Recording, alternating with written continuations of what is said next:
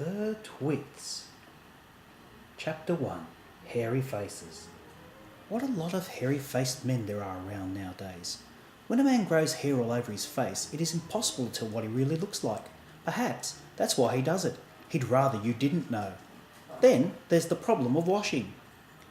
When the very hairy ones wash their faces, it must be as big a job as when you and I wash the hair on our heads. So what I want to know is this.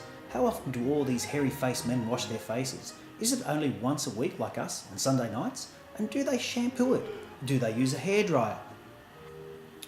Do they go to a barber to have their hairy faces cut and trimmed? Or do they do it themselves in front of the bathroom mirror with nail scissors? I don't know, but next time you see a man with a hairy face, which will probably be as soon as you step out on the street, maybe you will look at him more closely and start wondering about some of these things. Mr. Twit. Mr. Twit was one of these very heavy-faced men. The whole of his face, except his forehead, his eyes, his nose, was covered with thick hair. The stuff even sprouted in revolting tufts out of his nostrils and ear holes. Mr. Twit felt that his hairiness made him look terrifically wise and grand, but in truth he was neither of these things. Mr. Twit was a twit. He was born a twit, and now at the age of 60 he was a bigger twit than ever. The hair on Mr. Twit's face didn't grow smooth and matted as it does on most hairy-faced men. It grew in spikes that stuck out straight like the bristles of a nail brush. And how often did Mr. Twit wash his bristly nail brushy face of his? The answer is never. Not even on Sundays. He hadn't washed it for years. Mrs. Twit was no better than her husband. She did not, of course, have a hairy face. It was a pity she didn't, because it would have hidden some of her fearful ugliness. Take a look at her. Have you ever seen a woman with an uglier face than that? I doubt it. But the funny thing is that Mrs. Twit wasn't born ugly. She'd had quite a nice face when she was young.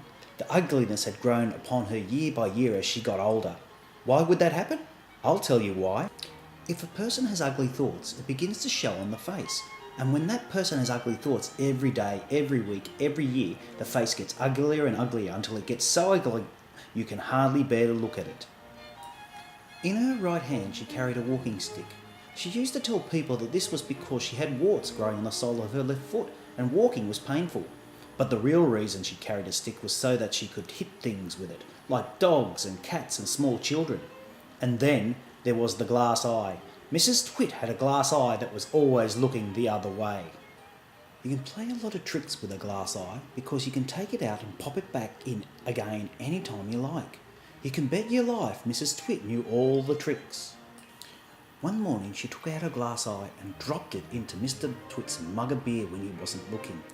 Mr. Twit sat there drinking the beer slowly.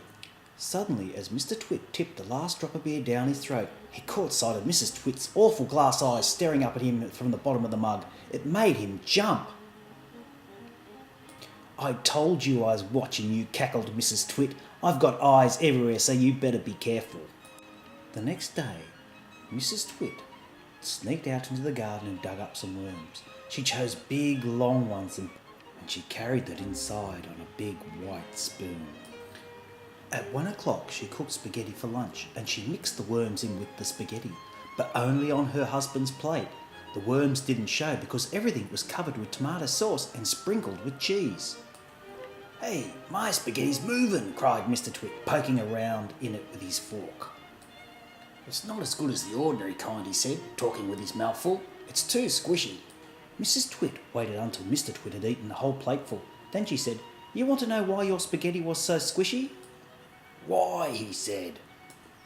"Because it was worms," cried Mrs. Twit, clapping her hands and stamping her feet on the floor and rocking with horrible laughter.